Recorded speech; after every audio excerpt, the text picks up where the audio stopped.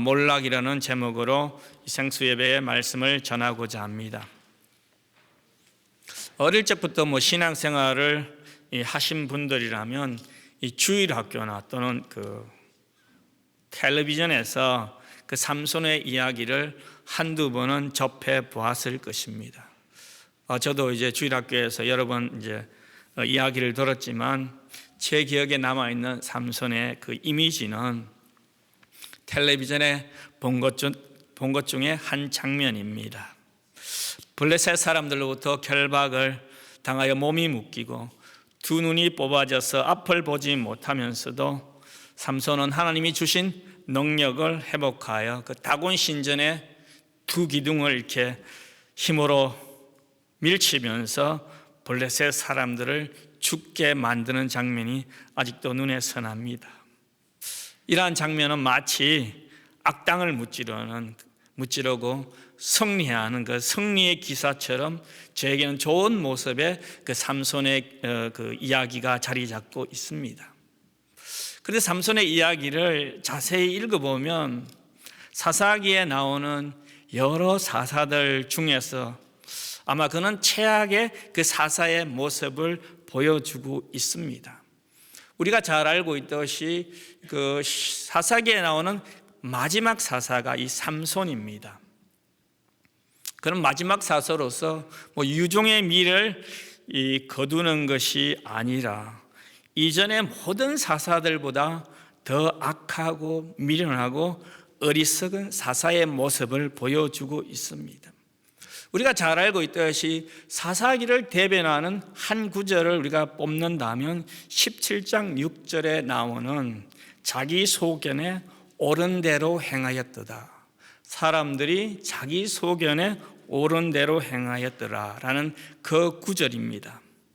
삼손은 이 구절의 말처럼 자기 눈에 좋은 대로 자기 마음대로 행동하고 결정하여 이방인의 여자를 선택하고 또 결혼하여 그 인생을 즐기다가 종국에는 여러 사사들 중에 유일하게 전쟁터에서 죽음을 마칩니다.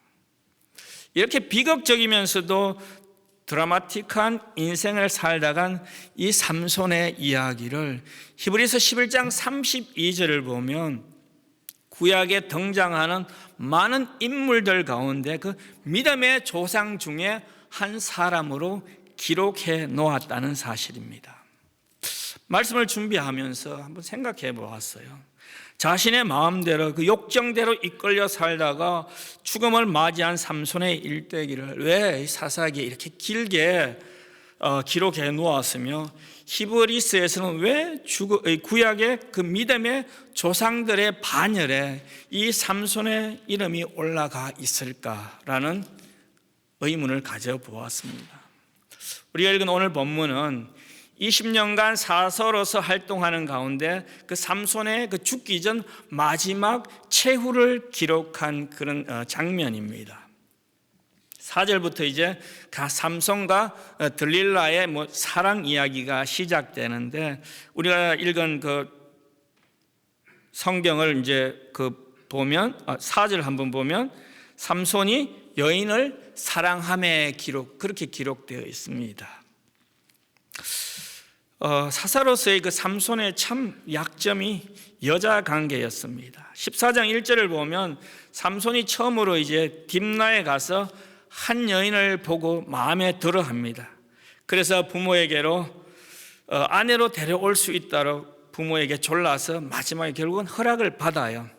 그리고 우리가 읽지 않았지만 16장 1절을 보면 가사에 가서 한 기생을 보고 소위 좀 눈이 뒤집혀져서 그 기생을 또 취하게 됩니다. 그 다음 이야기가 오늘의 주인공 이 들릴라를 사랑하는 이야기가 됩니다. 삼손에게 또 다른 여인이 있었는지 잘 모르겠어요.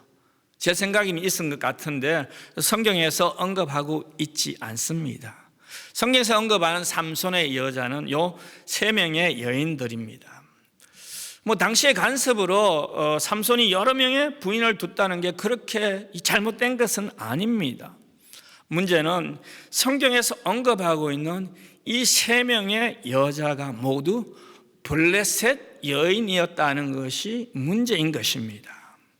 삼손은 알고 있듯이 언약 백성이었고 나실인으로서 그 무할레자의 백성인 이방 여인과는 결혼을 한다는 것은 상상조차 할 수 없는 그러한 일이었습니다. 그는 하나님의 사람으로 그 이방인과 구별되는 삶을 반드시 살아야 했습니다. 민수기 6장에 보면 이제 나실인의 그 세 가지 특징이 나오는데, 머리에 칼을 대지 않고 술을 마시지 않고, 그리고 죽은 이 사람이나 동물의 시체에 이렇게 손을 대면 안 되는 것입니다.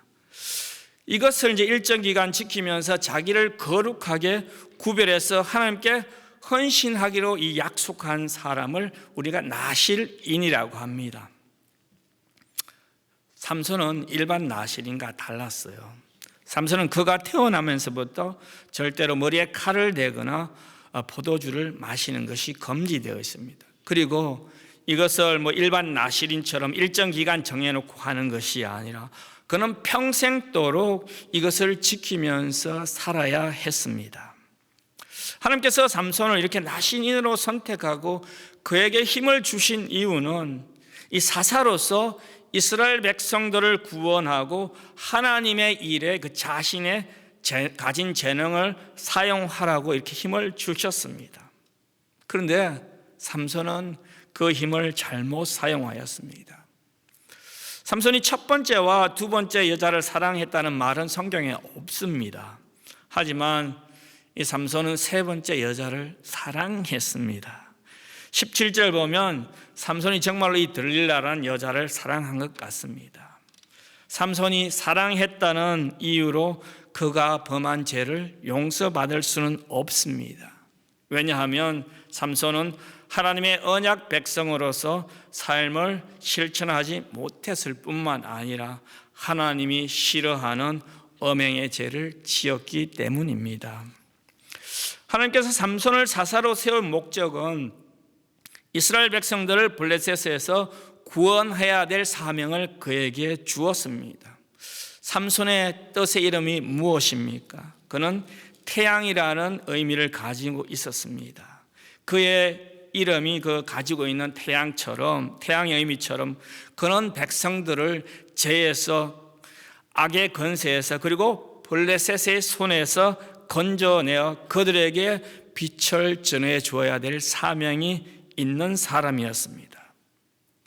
그런데 삼손의 지나온 그 20년의 사사의 삶을 되돌아보면 하나님께서 주신 그 사명에 대한 헌신의 기록은 찾아볼 수 없습니다. 14장부터 기록된 그의 싸움의 기록들을 보면 주로 여자들 때문에 이 사적인 감정들로 인해서 일어난 사건들이 14장에서부터 쭉 기록되어 있습니다. 여자의 배신에 화가 난 삼손은 여우 300마리의 그 꼬리에 불을 붙여서 블레셋 사람들의 밭을 불태우고 또 나귀뼈로 1000명을 때려 죽이면서 하나님께서 주신 힘을 가지고 사사로운 감정으로 엉뚱한 곳에서 그의 힘 자랑을 하였습니다.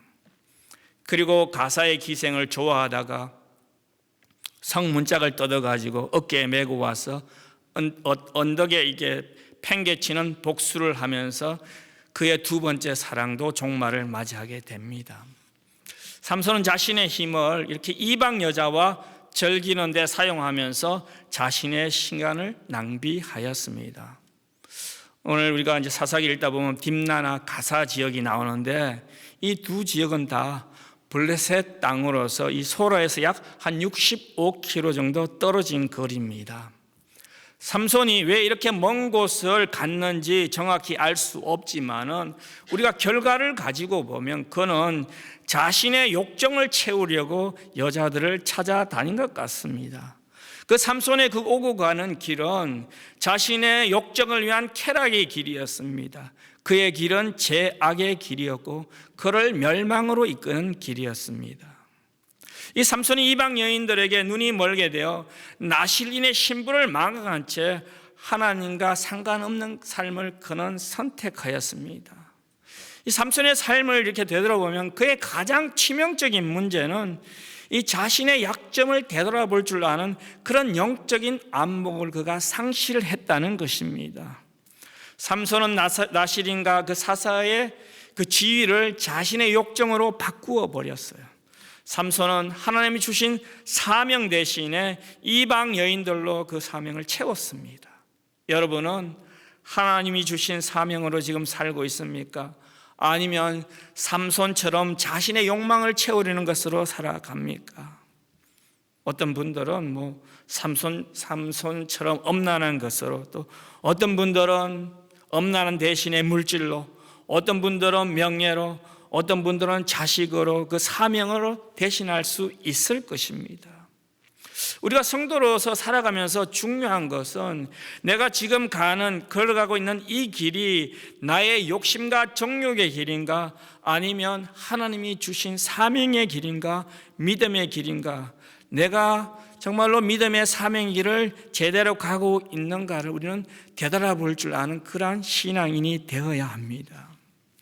시니어 성도들과 이제 잠언 공부를 한 달 전인가 마쳤어요. 한두 달 전에 마쳤는데, 그 잠언서를 공부하다 보니까 잠언서에 사람의 인생을 길에 비유하고 있습니다. 그 이유는 사람이 길을 걸으면서 끊임없이 우리 자신의 현재 위치를 되돌아보고 파악해야 되기 때문입니다. 그리고 인생길을 되돌아보면서 내가 가는 길이 옳은 길인가, 이 길로 얼마를 가야 내가 믿음에 정한 그 목적지에 도달할 수 있는가를 계산해야 되고 되돌아봐야 되기 때문입니다. 그리고 우리가 길을 가다 보면 갈림길도 마주하게 되는데, 그 갈림길에서 어떤 길을 선택할지 내가 결정해야 된다고 합니다.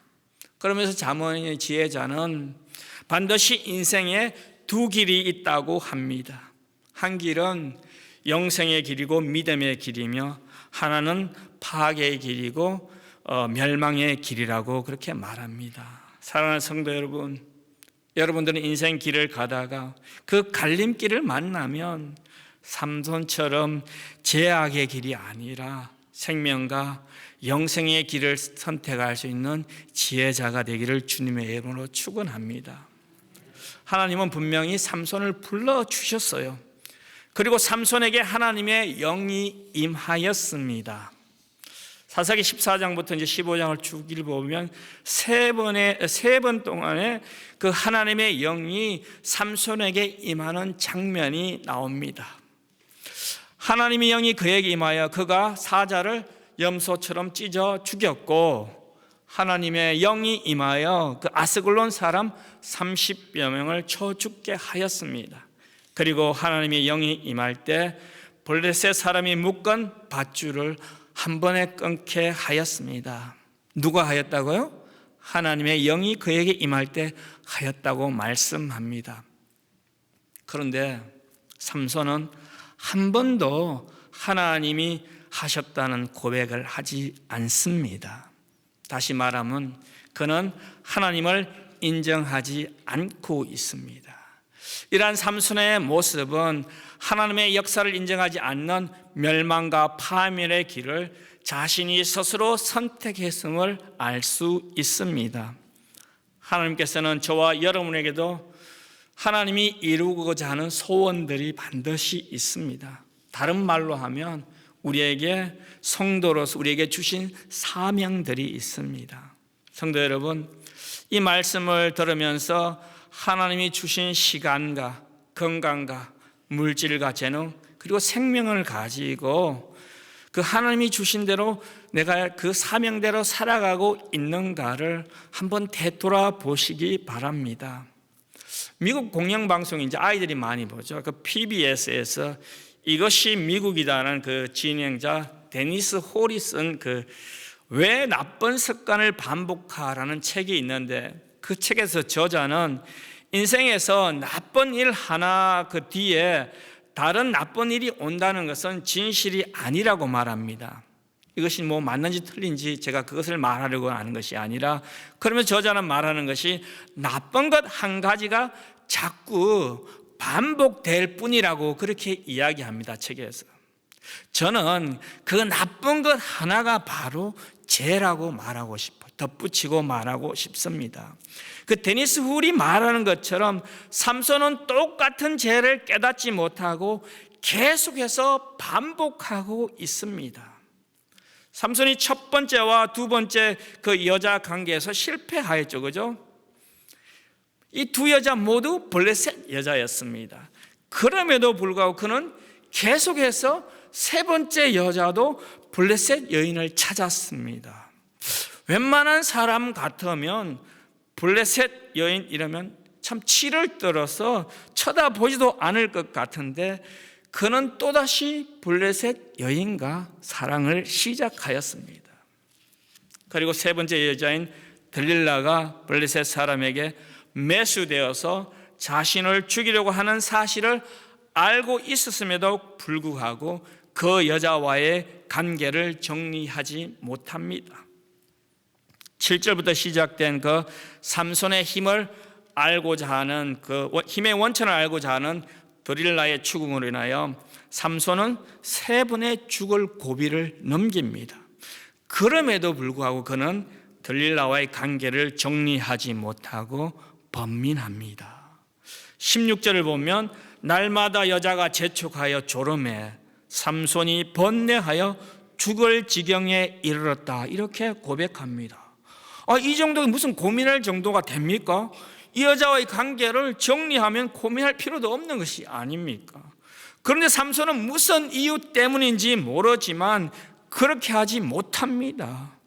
이런 삼손의 모습을 보면 그의 실패는 한 번의 실수가 아니라, 한 번만에 일어난 것이 아니라 계속해서 실수가 아니라 의도적인 어떤 고의성이 있다는 것들밖에 이렇게 말할 수 없을 것 같아요.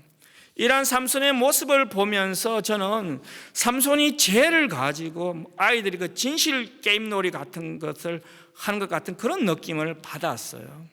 그는 자신의 힘의 근원을 분명히 알고 있었습니다. 13절을 보면 그가 세 번째로 힘의 비밀을 밝히는 이야기를 들릴라에게 했을 때 거의 진실에 가까워질 정도의 힌트를 들릴라에게 주었습니다. 삼손은 왜 자신이 죽을 수도 있는 이런 무모한 행동을 하였을까요? 제가 이제 그 007 같은 그런 영화를 가끔 봅니다. 그런 영화, 이 범죄 영화를 보면 악당들은 항상 이 자신들이 모든 상황을 통제할 수 있는 것처럼 행동하고 일을 꾸밉니다. 그와 마찬가지로 삼손도 자신이 죄를 이렇게 스스로 통제할 수 있었던 것 같아, 그렇게 생각한 것 같습니다. 하지만 우리는 죄를 스스로 다스릴 수 있는 그런 존재가 되지 못합니다. 우리 인간에게는 그럴 만한 능력이 없습니다. 하나님의 은혜 아래에 있지 않으면 우리가 죄를 스스로 다스릴 수 없습니다. 그래서 바울은 로마서 6장 14절에 제가 너희를 주장하지 못하리니 이는 너희가 법 아래 있지 아니하고 은혜 아래 있음이라, 그렇게 말합니다. 삼손은 하나님의 은혜를 잊어버렸고 자기 자신을 너무 믿은 것이 문제였습니다. 그 삼손의 영적 무지를 잘 나타내고 있는 것이 20절이 아닙니까? 여호와께서 이미 자기를 떠나신 줄을 깨닫지 못하였더라.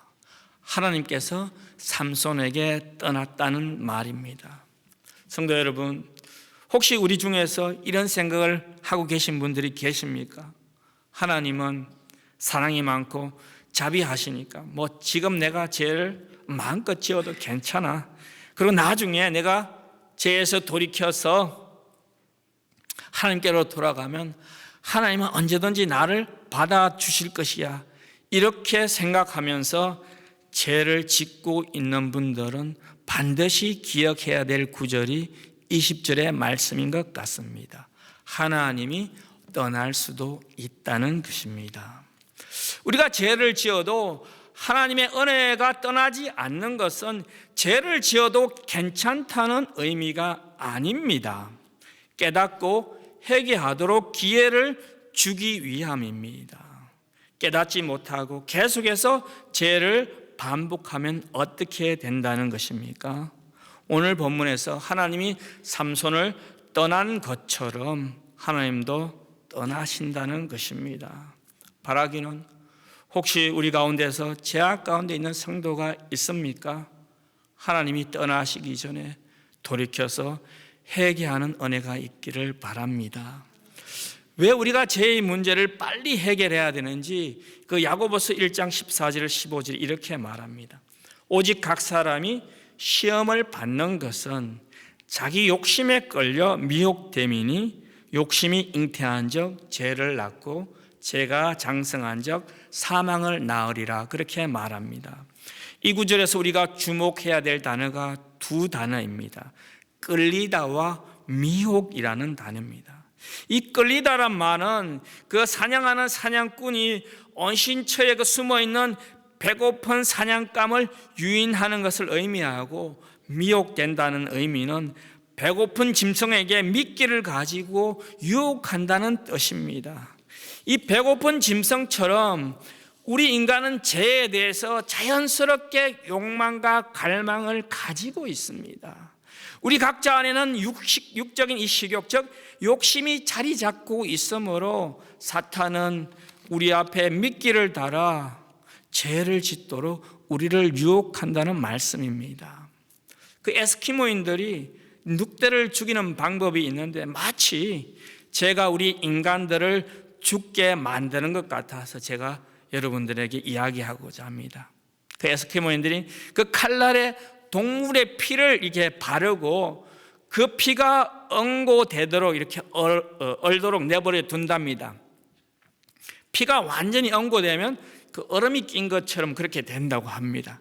그러면 그 위에다가 다시 동물의 피를 바르고 그 피가 응고되어서 얼음이 된 것처럼 그것을 반복해서 두껍게 해서 이 칼날을 하늘로 향해서 하고 이 땅에 꽂아 둔다고 합니다. 이렇게 하면 그 민감한 코를 가진 그 늑대가 그 피냄새를 맡고 와서 그 피맛을 보기 위해서 얼어있는 그 칼날을 핥기 시작한다는 것입니다. 그 늑대는 더 빨리 더 격렬하게 자신의 혀로 그 피맛을 즐기면서 핥기 시작한답니다. 결국에는 예리한 칼날이 자신의 혀를 자르는 것을 알아차지 못하고 따뜻한 피가 자신의 것인지도 모르고 계속 핥다가 피를 흘리다가 죽는다고 합니다. 이러한 늑대처럼 자신의 정욕에 사로잡혔던 삼손은 결국 두 논을 뽑히는 결과를 초래하였습니다. 이러한 삼손의 이야기를 가지고 말씀을 준비하면서 어떻게 성도들에게 말씀을 전하는가를 이렇게 고민하면서 묵상하면서 다음과 같은 교훈을 생각해 보았습니다. 17절을 보면 삼손은 자신이 모태에서부터 하나님께 나실인으로 바쳐진 자이므로 평생 그 머리카락을 자른 적이 없으며 만약 머리카락이 잘리면 자신이 힘 못 쓴다는 사실을 고백한 것으로 보아 삼손은 자신이 누구인지 자기의 정체성에 대해서 정확히 알고 있었습니다. 하지만 그는 나실인으로서 규례를 어겼습니다. 저는 이것을 나실인으로 부름을 받았지만은 소명이 의식이 없었다고 말하고 싶습니다. 그는 나실인으로 신분을 가지고 살아갈 사명은 있었지만은 삼손은 그 사명대로 살지 않았습니다. 그에게 주어진 사명대로 살지 않아서 결국에 여호와의 영이 그에게서 떠나갔습니다. 이 말씀은 삼손의 긴 머리가 계력을 발휘하는 힘의 원천이 아니라 그의 힘은 하나님으로부터 나오는 것임을 말하고 있습니다. 삼손의 긴 머리는 나실인의 규례를 준수하는 증거로서 이것은 하나님께 순종함을 드러내는 것이었습니다. 그가 하나님께 순종할 때만 하나님의 은사가 온전한 능력을 드러내는 것을 말하고 있습니다. 삼손의 힘은 하나님의 은사로서 그가 하나님께 순종할 때만 유효한 것이었는데 안타깝게도 그는 하나님의 은사를 나실인을 드러내는데 사용하지 않았습니다. 그럼에도 불구하고 하나님께서 삼손을 사용하셨다는 것은 우리는 하나님의 자비와 은혜 그리고 노하기를 더디하시며 인내를 가지고 지금도 우리를 기다리시는 하나님의 성품을 발견할 수 있습니다.